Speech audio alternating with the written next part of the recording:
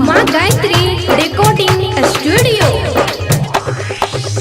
हो छोरा हो बाबा हाथी सवारी, छोरा हो बाबा हाथी सवारी। हाँ छोरा हो बाबा हाथी सवारी, जल्दी से लोला मोटर गाड़ी। जब के अब तू सफारी से पंडित बजेबो पूजा करेबो, फूल मंगेबो फूल बारी से। हाँ पंडित बजेबो पूजा करेबो, फूल मंगेबो फूल बारी से। हाँ पंडित बजेबो पूजा करेबो, फूल मंगेबो फूल बारी से।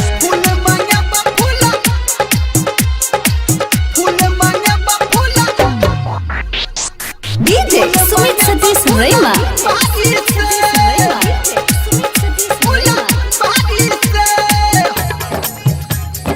अभी आप सुन रहे हैं सावरिया म्यूजिक। हाँ चलतो न कोनो बहाना हो, पूरा दा सबके सपना हो, पूरा दा सबके सपना हो बाबा चलतो न कवन बहाना हो, पूरा द सबके सपना हो, पूरा द सबके सपना हो। हाँ सुन हो बाबा करन देहरी, सुन हो बाबा करन देहरी, चढ़ी के आब बुलेट गाड़ी से। पंडित बजेबो पूजा करेबो, फूल मंगेबो फूल बारी से। हाँ पंडित बजेबो पूजा करेबो, फूल मंगेबो फूल बारी से। हाँ पंडित बजेबो पूजा करेबो, फूल मंगेबो फूल बारी से।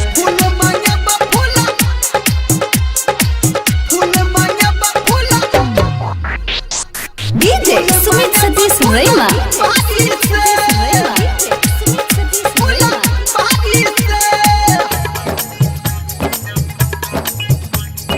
माँ Gayatri recording studio. Writer Pappu कहै छ बाबा धर्मेंद्र निरमलिया हो, बुझला हो बुझला हो। हाँ हाँ आरती तोहर करबो बाबा सजाय के थलिया हो, बुझला हो बाबा, बुझला हो बाबा।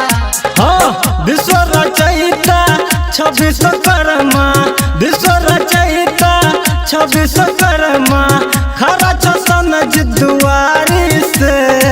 पंडित बजेबो पूजा करेबो, फूल मंगेबो फूल बारी से। हाँ पंडित बजेबो पूजा करेबो, फूल मंगेबो फूल बारी से। हाँ पंडित बजेबो पूजा करेबो, फूल मंगेबो फूल बारी से।